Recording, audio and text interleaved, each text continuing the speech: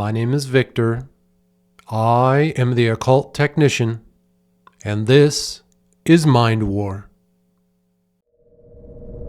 Mind War is sponsored by Victory Work Apparel. Use promo code Mind War. Join the Mind War today. Enlist at patreon.com/mindwar. Now, back to the show.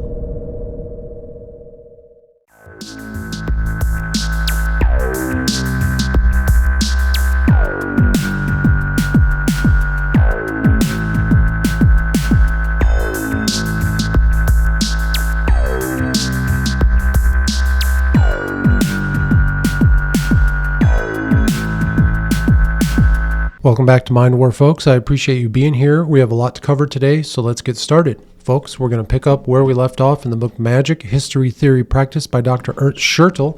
We left off on page 116 at the top, and it says this. During this phase, the overall character of the occurring images is gloomy, confusing, and horrible.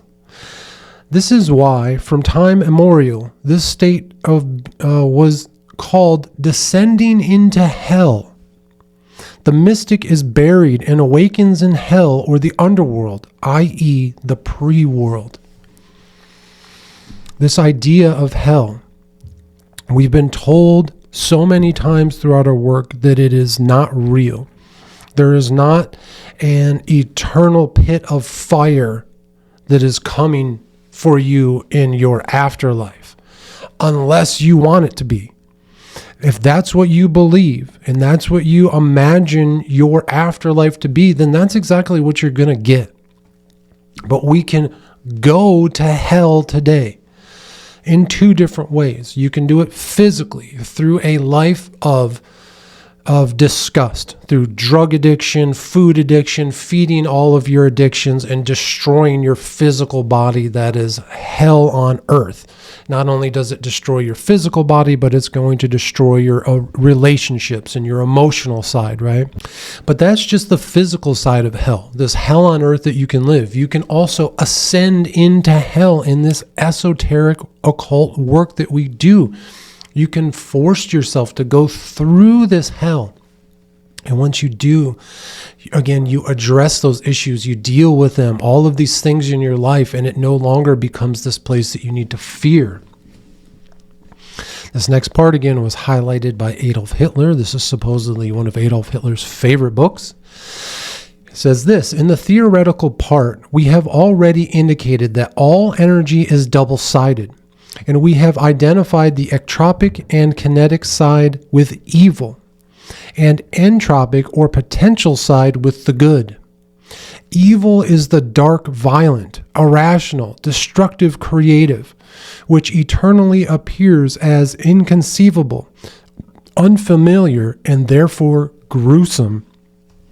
We often find things that are unfamiliar. We become fearful of them. And that's where we get this idea of it being gruesome.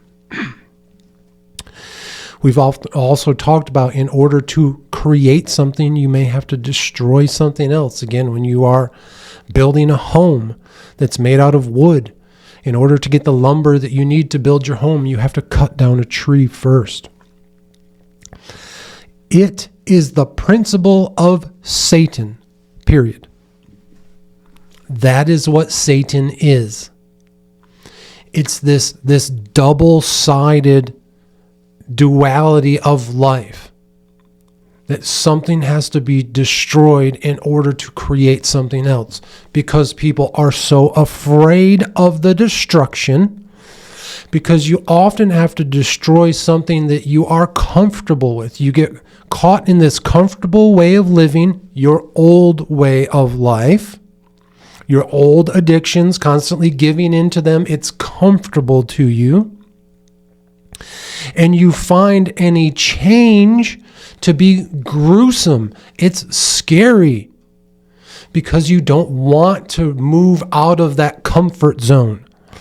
I've talked about it before. I don't have to come down here in the Mind War studios and make this podcast that literally puts me in the firing line with all of the things that I've said in this podcast over these last few years. I have said some wild shit. And now we find ourselves. I believe this episode will be airing in 2026. We are practicing or studying Nazi magic in 2026. That's basically what you can think of in this book. Again, this book is one of Adolf Hitler's favorite books. We learned that from an author who did a series on Hitler's library. Hitler's version of the book Magic History Theory Practice was the most worn out, well-read, marked up books, right?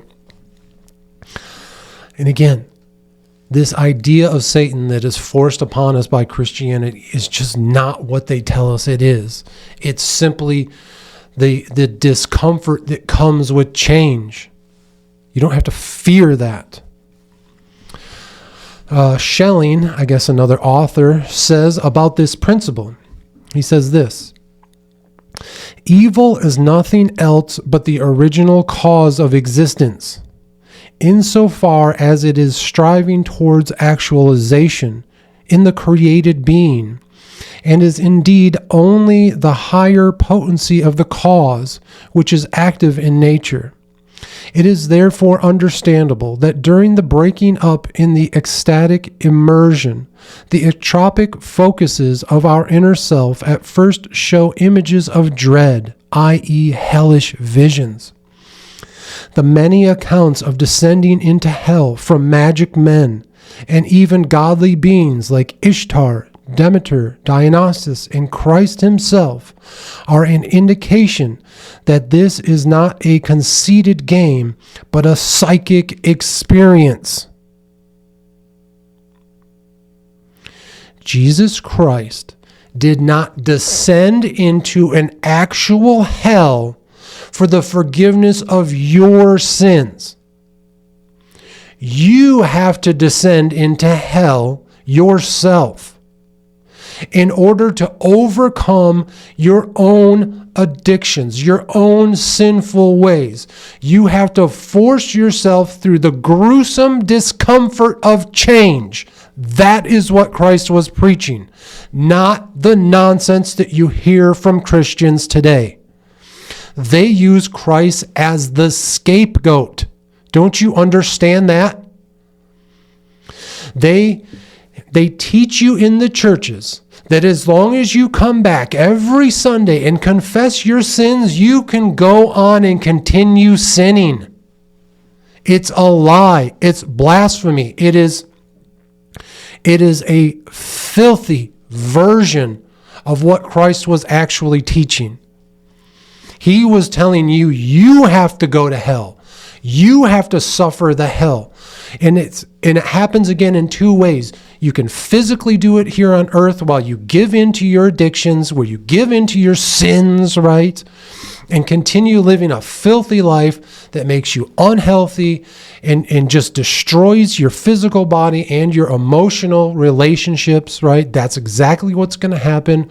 Or you can address them, deal with the discomfort of change, and become Christ-like. Don't you get it, folks? Since the occurring imaginations are coming from cosmic energy complexes which are lying within our immediate inner sphere of feeling, they are appearing to us not just as empirical things, but we are experiencing them from inside out as certain projections of the overall cosmic dynamic. That is to say, they possess a demonic character for us. Again, these emotions, these human characteristics that are uncomfortable, that are often looked at as gruesome, we give them horrific caricatures in order to describe them to other people. We describe our deepest feelings in pictorial ways, in pictorial forms as monsters or demons. That's what he's talking about. And again, there is no dunking in the water that is going to save you from this work. You cannot just get dunked in the water on one quick little emotional burst and think that you've gone to hell and dealt with this. It takes time, often years. In fact, it may take you 3 years. Demons differ, as we have seen, from the empiric imaginations that they appear as certain becoming and images of the overall cosmic dynamic, whereas the empiric things are experienced as scattered parts. In the mystical vision, the whole appearing environment is demonized. That is to say, in one moment we view all God forms or God images which correspond to the individual stadiums of our sunken existence, our human existence, our human characteristics, and all of the things that we all go through together as humans, those emotions, those feelings, we all have them. Your feelings are no different than anyone else's. We live, or we view, so to speak, living mythology. It's so much of our culture is viewed through mythology. And the problem is people take the mythology as real. They take it as truth instead of seeing it as esoteric teachings. They're trying to teach you something through these stories. Just like Doctor Strange and all of these things that we've talked about, they are teaching us things, hidden knowledge within these stories. And Schelling said about this: the succeeding gods have indeed taken possession of the consciousness one after the other. Mythology as a history of the gods. Thus, the actual mythology could only create itself in actual life. Mythology had to be something lived and experienced. You have to experience the mythology. The mythology of Jesus Christ going into hell. You have to live it. You have to experience it. And the only way you can experience it is through what we've talked about in the Mind War series. You can do it methodically. You can do it scientifically. You can have these experiences over and over and over again. That's how you do it in a controlled fashion. Otherwise, you are going to get forced into, because of your addictions, because of your slovenly way of living, you will get forced into dealing with hell. Don't you get it? You don't have to be forced into it. You can do it methodically. You can do it on a volunteer basis. And when you work through it the way that we have here in the Mind War experience, you are reborn. You become the magician in the same way that Christ was a magician. Uh-oh. The Great Initiated, AMO, again, those are just initials for an author, said this: we call those forces gods, which are worth the trouble of knowing them in such a way. Something can appear as a person, in our sense as formations, which is only mental power or a complex of such powers. The God himself does not exist, but is only imagined by us. Forces become formations, if other forces make them into these. If a God wants to become a body, he is only able to do it by giving the human an impetus to create him. The God is and is never. What you call God was never. God is an imagination. But all that we are able to think is an imagination. The power itself is nothing, but only the appearances, and you create these appearances through you and for you. Everything must be introduced into the appearance before it can be recognized. Again, if you want to create and materialize the god of gluttony, this demon of gluttony, You can eat a bunch of unhealthy foods until you become gluttonous and overweight and unhealthy, and he will have appeared on the earth, the demon of gluttony. Or if you want to represent a higher being, a God of health and love and compassion, you can do that as well by becoming healthy, by becoming a good person, by loving and caring and being content in your life and helping and loving those around you. And again, real quickly, one of the things that we've talked about when we do our magical practices, when you commune with the demons, when you commune with the spirits, and you give them offerings, you often see that in so many work of magicians, right? You'll see them maybe laying out foods or drink, or in my case, laying out the psilocybin, the magic mushrooms, and the marijuana, the THC gummies and all of these things. Those offerings are experienced by the gods through us. It's by us eating the food, drinking the wine, ingesting the psilocybin and the THC, smoking the weed. They enjoy it through us. They experience through us these different offerings that we give them. To go on here, it says, therefore we experience in the magical vision the whole cosmos from the demonic aspect. We view in this aspect, acting forces compressed into plastic images. We intuitively become aware of those potencies which form the basis of the certain of everything world. Every history of creation is an interweaving of ectropic and entropic tendencies, which are projected into time and appear as consecutive states.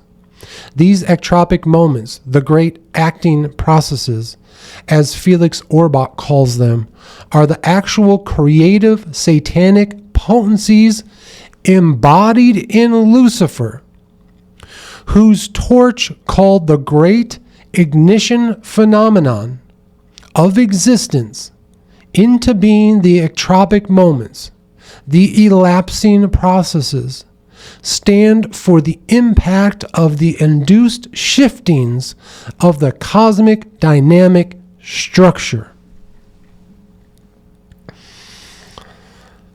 Again, Mind War, Season 1, Episode 1, in the very first moment, the very first thing that I told all of you is that the Mind War podcast was created and dedicated to Lucifer. Lucifer was the card that I had pulled from the Goetia Tarot card deck in the month that I started the Mind War podcast. It was his torch that ignited the fire within me to do this podcast. And again, just as Satan is this duality of being uncomfortable in order to do something heroic, this is what we're talking about. Again, prior to this podcast, prior to those very first videos, I was a very confined man. I still am in so many ways. I'm not an outgoing person. This isn't me. This wasn't me. But I kept doing it. From those early days recording the podcast at my kitchen table to what you see today, these dynamic series, some of the most dynamic series ever created in podcasting. And again, it started with a dedication to Lucifer, the light bearer whose torch lit my flame, to get me out of my shell, to help me understand how important the work I am doing actually is. All birth is a birth from the darkness to the light, from the disorderly to the orderly, from wild to gentle, from bad to good, from Satan to Sephirah. Satan is the beginning. Sephirah is the end. Sephirah is not greater than Satan. He is only the fading away, the final act of the hellish thunderstorms of the beginning. But Satan is in everything that lives and appears. He acts in the last tenderest beam of light of the last star, before it is dissolving in the gray twilight of the worlds of finite entropy. That last sentence was highlighted by Adolf Hitler.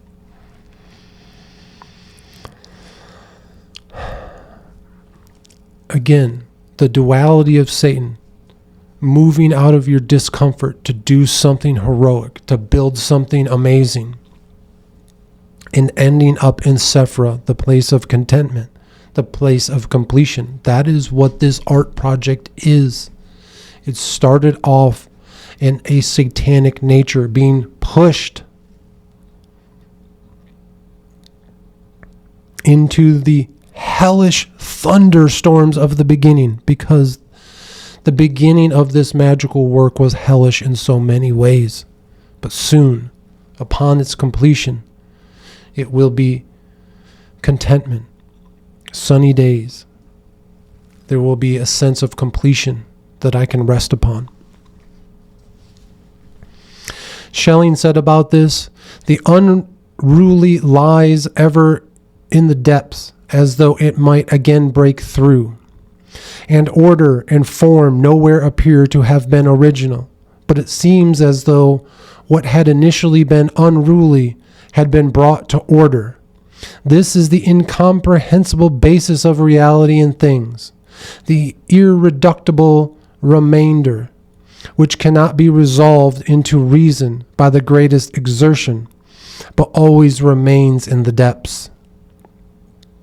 Out of this, which is unreasonable, irrational, reason in the true sense is born. Without this preceding gloom, creation would have no reality. Darkness is its necessary heritage. Again, some of the best magicians are born from their darkest times. It wasn't until I reached my lowest point, to a point of just complete disillusion with life. I had given up on finding any true meaning to life. I had given up on almost every relationship. I had just confined myself to living a life of sickness, and really had given up in so many ways. But I said to myself in those months leading up to this beginning of the 7-year art project, I said to myself, Victor, just try one more time. Just try one more time, man. But this time, do it in your way. Do it the way that you want to do it. Search for the things that are important to you, that feel right to you. Have experiences you know they're real. You know they're out there. You've longed for them your entire life. And that's exactly what I did.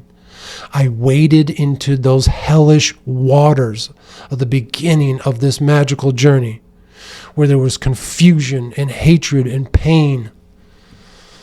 But we're making it through. And soon we'll be on the other side. And darkness is its necessary heritage. I love that saying. The self-conceit of the human is reluctance against the origin out of the darkness, out of Satan. And he even searches for ethical reasons against it. Again, the self-conceit of the human mind, the ego of the human, is so reluctant to the origin out of darkness. We are so reluctant to coming out of our own darkness, out of Satan, as the author says, that we often search for ethical reasons not to do it. Those are the lies of the organizations, corporations, and institutions. Those are the lies of the culture, society, and religion. That's where you find your ethical reasons not to change. They don't want you to change. They do not want you to become enlightened. They do not want you to become awakened. That's why the only reason that you hear this type of message, the only place that you will find it is from the individuals like myself. You go on social media and you will find individuals talking about this same type of message, maybe in different ways. Maybe they got to enlightenment and awakening in a different path, but it's only an individual. You're not hearing it out of the institutions. You might hear them allude to it, but they give you no path forward. They give you no concrete path to actually do it. And instead, they lead you astray over and over and over and over again. They confuse your mind. They crush you through their ethical reasoning. The effeminate lamentations that in this way the unreasonable would become the root of reason, that the night would become the beginning of light, rest on the one hand on the misunderstanding of the matter, but they also represent the true system of today's philosophers, who would gladly make fumum ex fulgor, blue smoke from lightning, the revulsion against everything real, which would pollute the spiritual with every contact, but of course also blur the vision for the origin of evil. Like I just said, they're constantly trying to mislead us. Jacob Bohemi says, "Look, I will tell you a secret. The time has come for the groom to crown his bride. Guess where the crown lies? Toward midnight, because the light is clear in the darkness. Everything has bitterness in itself, which is burning, eating it up, and decaying it. This bitterness swells, pushes, and elevates itself onto the light and makes the light mobile. A separation developed between the love in the light and the inflamed rage in the darkness. One cannot understand the other, but both are linked together like one body. In everything there is poison and evilness, and it has to be this way. Otherwise there would be neither life nor mobility, no color, virtue, emotion. Everything would be nothingness. Evil belongs to the formation and the mobility. The bitterness is the root of all things. In it alone there is power and might. The wonders originate from it. The first is the bond of eternity and reaches into the abyss. When we look upwards towards the darkness, again, the author there, Jacob Bohemi, says that is where light is the clearest. In the abyss, light is the brightest. Not down here in the light in awakened daytime. This room here is filled with all sorts of different lights, all fighting for my attention. But you turn all of these lights off and you light one candle. And that's where the focus really begins. That's where it becomes the brightest. And again, it is through the bitterness that we are pushed forward to make change to our aristos. It is through our hatred for our old way of being that pushes us forward. William Blake, another author, says this: The giants who formed this world into its sensual existence and now seem to live in its chains are in truth the causes of its life and the sources of all activity. But the chains are the cunning of weak and tame minds, which have power to resist energy. According to the proverb, the weak in courage is strong in cunning. This one portion of being is the prolific, the other the devouring. To devour it seems as if the producer was in chains, but it is not so. He only takes portions of existence and fancies that the whole. But the prolific would cease to be prolific unless the devourer, as a sea, received the excess of the delights. We have these chains, they hold us down. Again, for most of us, it is mental and emotional chains. We have to allow them to be devoured by the devourer in order to free us to become prolific. The same process, which is the basis of all that appears, is also intuitively dominating the magical ecstasy. The darkness gives birth to the light, and the gruesomeness to the blessedness. The shapes boil, surge, separate. Their silhouettes become clearer and freeze to tremendous formation. Darkness still lies on everything in a hellish incandescence. But as time goes by and we wait viewing, the darkness becomes lighter, the shapes become more subtle and begin to gleam in a light glance. The rocks split and a crystal heaven is vaulting us. The flush of the night and of the steaming deep changes into an emerald brightness, and as if being dissolved in a consuming light, we begin to float through circling sun spaces of blissful entrancement. Man, this book is not only a book about history where we are learning facts. It's not only a book about practicing magic, but it is also a beautiful poetic description of these esoteric changes that go on within inside of us when we do this work.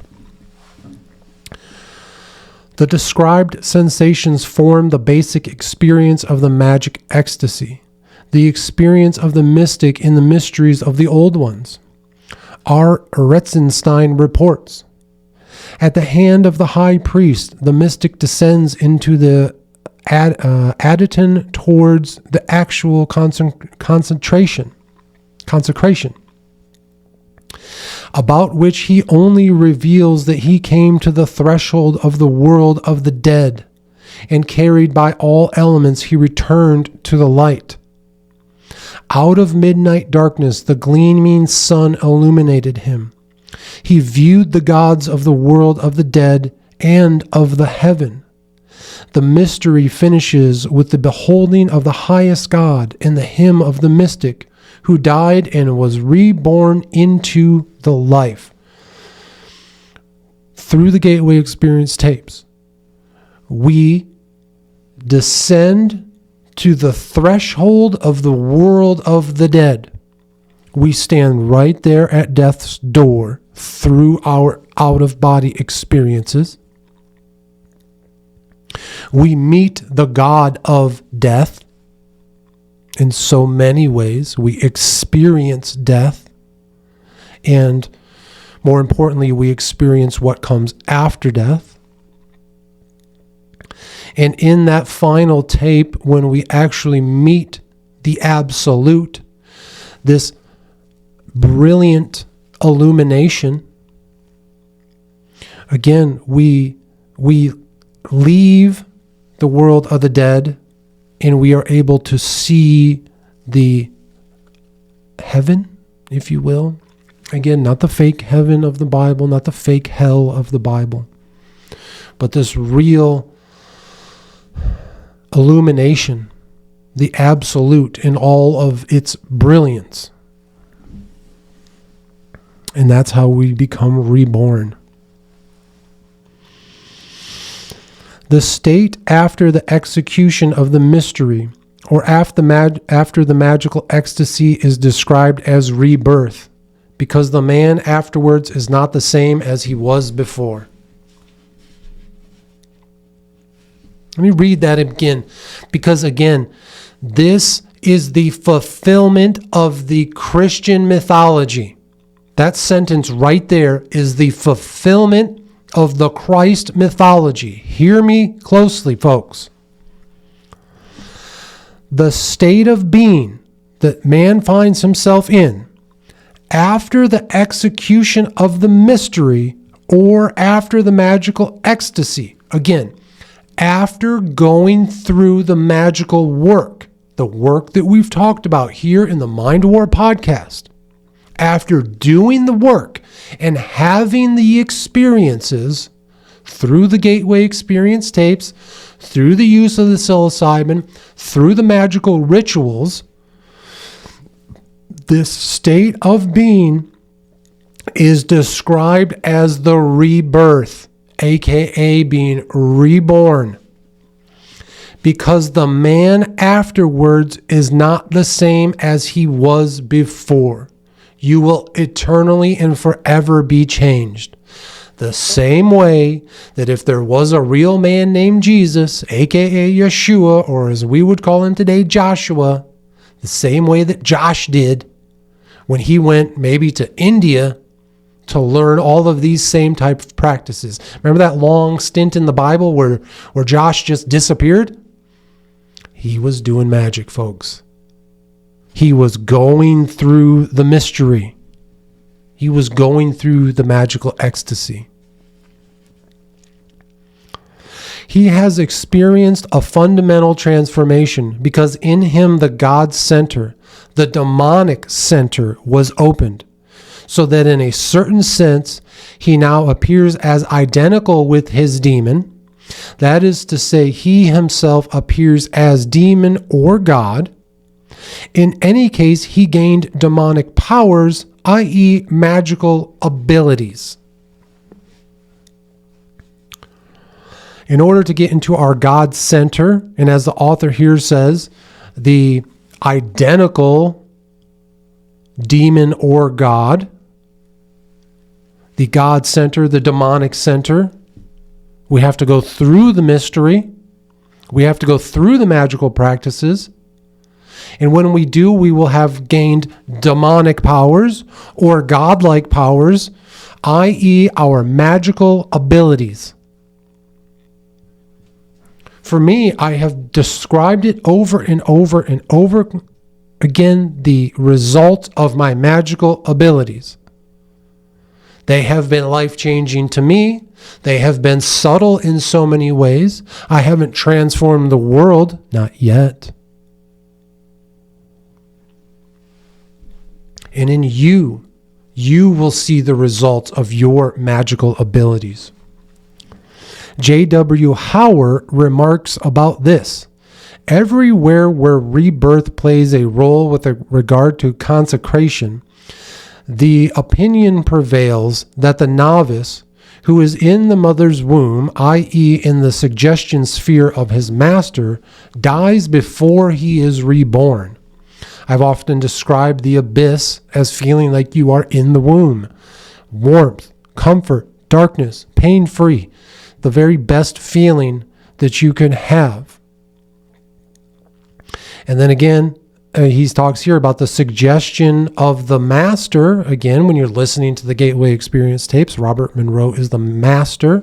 He is describing the things that you are going to experience in your out-of-body experience.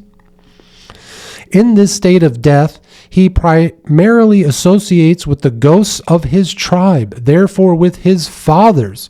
He also receives a new ghost, oftentimes with a new name, and gifted with a new power, he enters the line of those who are able to create new beings. If that doesn't sound like the Father, the Son, and the Holy Spirit, holy cow, folks. Are we actually uncovering the truth of the Christian mythology here as we study through the book Magic, History, Theory, Practice by Dr. Ernst Schertl? Am I giving you concrete steps that you can take to actually experience the rebirth, to be reborn into a Christ-like figure? That's exactly what I'm doing. Again, we are going to be called evil the same way that Jesus Christ was called evil in his days. There will come a time where I am persecuted for the things that I am saying here. Thankfully, we're flying under the radar still, folks. There's just a few of you out there, my disciples, right? The Volk, the Mind Warriors, Citizen Samurais, Guerrilla Gurus, and Warrior Monks out there listening to the Mind War podcast. You hear what I am saying. You understand what I am uncovering. You feel it inside of you, the information that I am providing you that is no longer occult. It is no longer hidden. And this, so much of it is the same thing that is being taught by the man known as Jesus Christ in the Bible. But I'm giving it to you in a truthful way, not in a way that is stifled by the religious institutions that want to control you. They don't want you to know this stuff. They don't want you to be reborn. They want you to go through a fast food, 0 calorie, dunk in the water, and now you're saved. It's not how it works, man. R. Retzenstein reports, a mystic to whom his God appeared makes a thank offering and praise. I came together with your holy shape.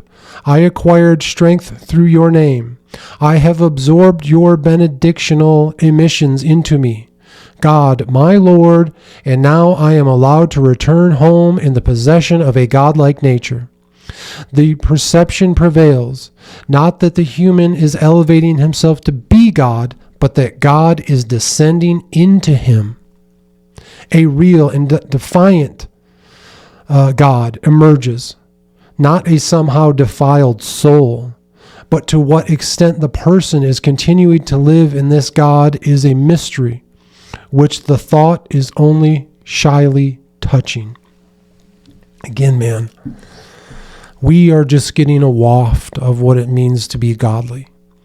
We are just getting a hint of the smell of the flowers on that warm summer breeze as it blows through, just that gentle breeze that blows into our face and we smell the flowers from across the field. That's all we're getting when we do this work. But it's so worth it. It's so worth putting in all of this work just to even just get a waft of godliness. For these reasons, the mystic was in many places himself worshipped after the consecration. I have been going on a tear on Instagram right now, telling people to stop worshiping Jesus Christ as some type of idol and listen to his fucking words. It's exactly what we've been talking about in today's episode. Instead of listening to him and following and doing what he actually told you to do, instead you idolize him and put him up on a pedestal as if he was the God to be worshipped, even though he warned you not to do that. R. Retzenstein describes this as the morning appears, clothed with the heaven garment, and in his right hand the burning torch, on his head the corona out of which ray-like palm branches emerge. The mystic is placed as a statue of the sun god on a pedestal before the goddesses and is worshipped as a god by the community. Pirate Show writes, the mystic accepted the gesture similar to an arbiter with raised hand and raised forefinger. Schelling explicates Because of the received benediction, the consecrated one became a member of the magical chain. He himself became a Kaibar, admitted into the terror-proof context, and, as the old inscriptions expressed it, joined the army of the higher gods. We cannot allow ourselves to be put up on pedestals. I will, and I already have, created these types of images of myself, of the character known as Victor. This is a Mago Spirius, right? A pictorial representation of what we are talking about here. I'll be releasing those images soon, right? But this isn't what it's about. You know, one of the things we have to be careful of as mystics, as awakened ones, as masters, we have to be careful not to allow ourselves to be put on the pedestal and worshipped.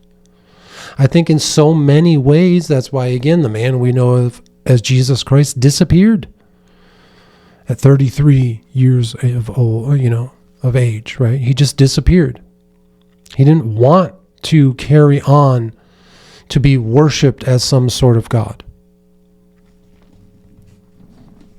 I look forward to the day where I can disappear.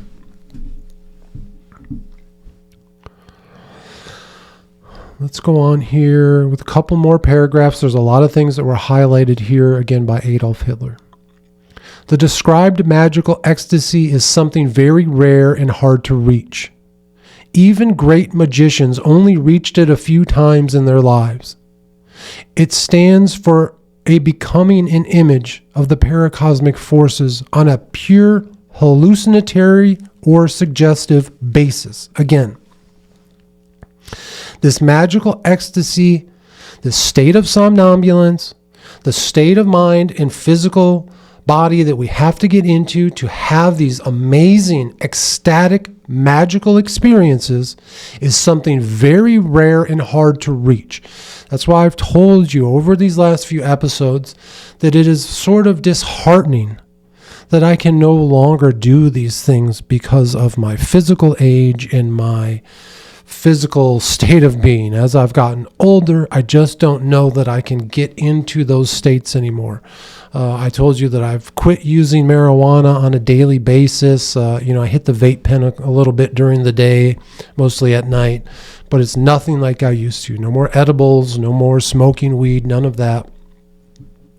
I don't know that I could even really handle taking mushrooms anymore. I think it would be too difficult for me. Again, if I was a younger man and had learned all these things, I think I could have done it for decades, right? But it is a difficult state of being to get into. And again, we do this. Even the great musicians only reach it a few times in their lives. Thankfully, through the work that I've done here in the Mind War podcast, I've showed you how to scientifically do it over and over and over again. So again, as soon as you hear this information, as soon as you learn this knowledge, you now can do it over and over and over again. And especially if you're a young person, you can do it for a long time. And again, we become an image of the paracosmic forces on a purely hallucinatory or suggestive basis. Again, it's about hallucinating. You're going to hallucinate. Do not be afraid of it. In the following parts, again, Hitler highlighted. This hallucinatory suggestive process was in antiquity fostered with hallucinatory means, that is to say, with a rich scenario, concrete images of gods and concrete ceremonies. We label these empiric objectives as imago spurious, upon which demonic inner complexes can be projected, in order that those objects now appear as embodiment, becoming an image of those inner complexes. All the magic landscapes, demonic appearances, and peculiar mysterious events of the ecstasy have been empiric real. so that the hallucinatory powers of the mystic and the suggestion energies of the master found enormous support and a positive response in the empiric environment. Again, when you put yourself in this environment, the environment that you're going to create is the room that you do magic in with your altar. You're going to create this beautiful place to be. And who was better at creating these sort of magical events, right? And I mean literal real world events with crowds of thousands, tens of thousands of people. The lights, the speaking, all of these things, he was creating these magical events in order to help the people kind of have these hallucinatory visions of a future that he was promising. The new world that we were promised, the new order that we were promised, our inheritance, which we take very seriously, an inheritance which we now demand. The whole cult with its temples and underground vaults, his idols, his sacred groves, gardens, lakes, and mountains, his whole magic pomp and solemn ritual was nothing else but a big imago spurious, a powerful, imaginative bastard creation, which served the purpose to let imageless processes of the inside become image, become real in the empiric world. He set the stage to allow his Volk to see a world that does not exist, but a world that can come into existence through our work. This all in no outwardness, but a deepening of the real and a realization of the deep, about which today's materialists, rationalists, empiricists, and ideologists do not have a clue anymore. Images are the only thing which we can take in, and the godly demonic is only in the image form assailable by us. A contact can only happen between substance and substance, as Robert Bloom says. That is to say, between image and image, appearance and appearance. The profane masses, the profane elitists that run the organizations, corporations, and institutions that pollute our minds, poison our bodies, and corrupt our souls, who place upon us the societal, cultural, and religious wet blankets that hold us down. Those profane people, they cannot see these images. They do not have the ability to imagine a golden era.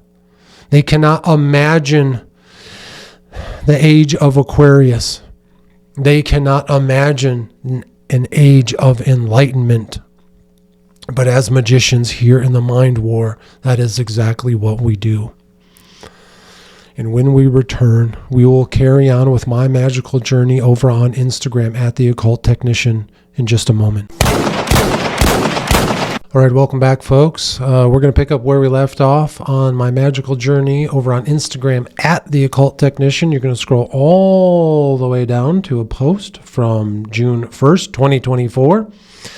This one is just an interesting little video that I made where I started getting more into kind of the political side or the current events that were going on in the world.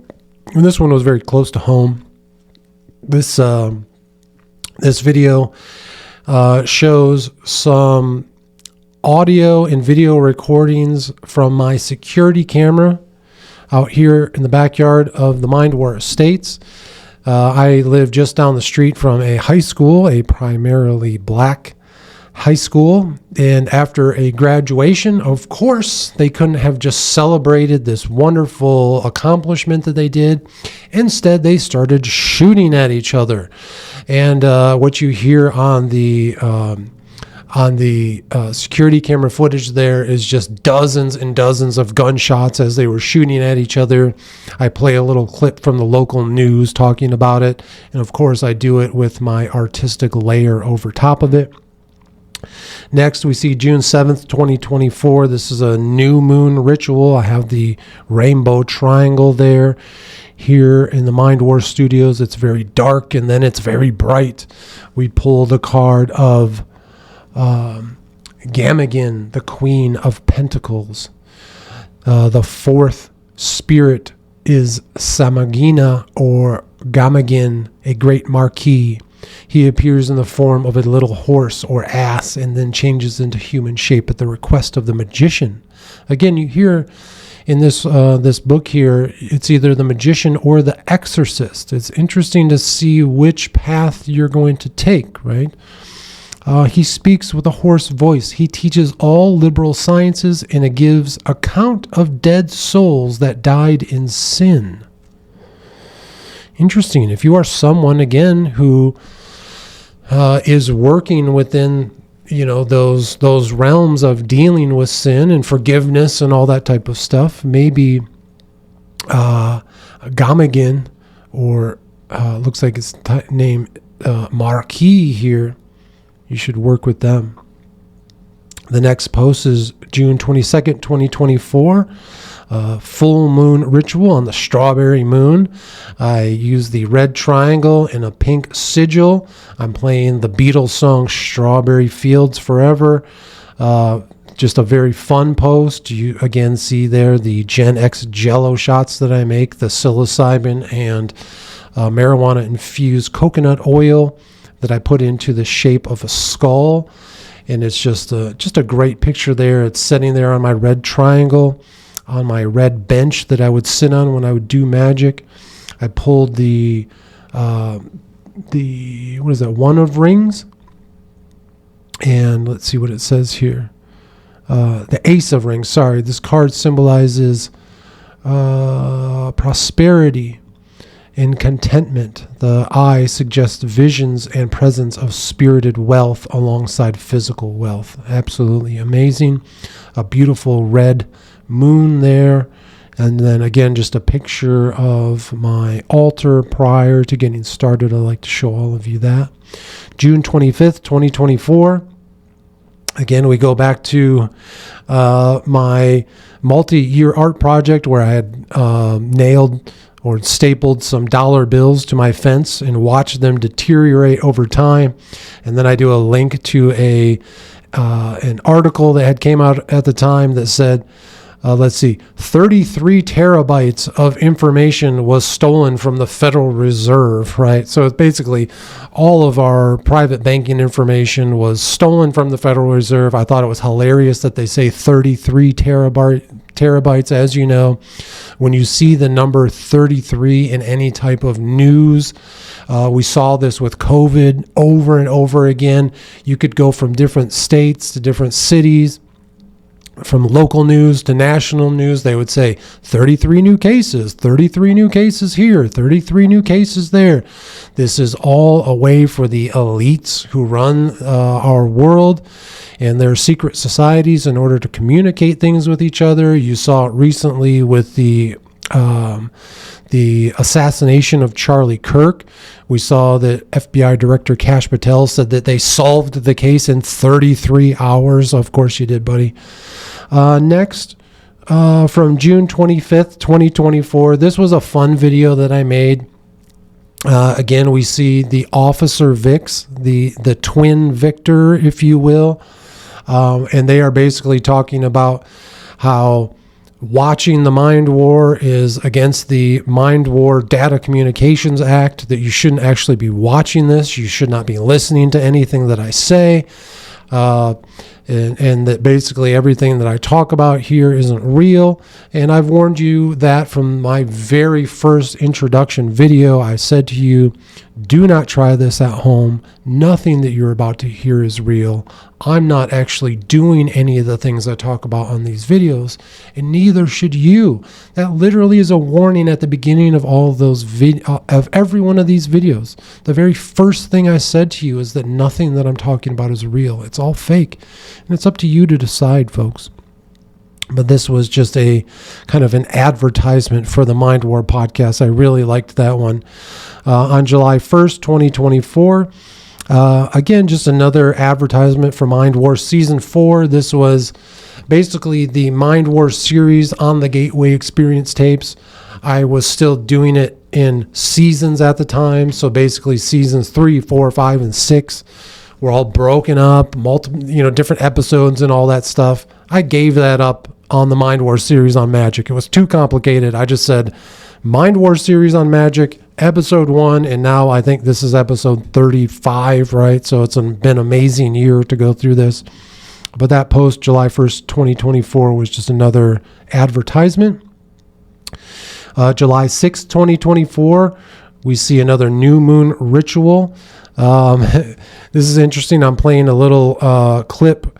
I guess it's a song from the True Crime guys talking about the folks from the Yellow Deli, where my best friend, my childhood best friend Joey, a.k.a. Daog, a member of the Judeo-Christian cult called the 12 Tribes. They run the Yellow Delis, playing some music, talking about them. Pull the card of Amadusius, the 5 of Swords. Just another typical night. July 22nd, 2024, the next full moon. I pulled a card of the Devil. And let's see, it says, the direction of the gaze is also conspicuous. Genuine relationships observe one another wholly and completely. As in the case of the lovers, let's see. The two figures present the lovers and the devil are traditionally the same characters in different circumstances. Again, the devil, the Satan, he is dualistic in nature. He often represents the fear and discomfort of change. But again, without him, there would be no change in order to grow and become something new, to be reborn, if you will. The next post, August 5th, 2024, another new moon. We pull the card of Gop. Let's see. The 33rd spirit is Gop. He is the president and a mighty prince. He appears when the sun is in some of the southern signs, in a human form going before 4 great and mighty kings, as if he were a guide to conduct them along their way. His office is to make men insensible or ignorant. So that's interesting. If you're ever going up against someone in some type of debate or something like that, you would call upon Gop and direct him towards those who you are debating, those who you are going against, in order to make them insensible so they can't be understood, and ignorant so they forget their points, right? But he can also make one knowledgeable in philosophy and liberal sciences. So then you would ask him to help you on your side. He can cause love or hatred. Also, he can teach you to consecrate those things that belong to the dominion of Aemon, his king. He can deliver familiars out of the custody of other magicians. So if you have friends and family who maybe are cursed by another magician, he can help you free them and answer truly and perfectly to things past, present, and to come.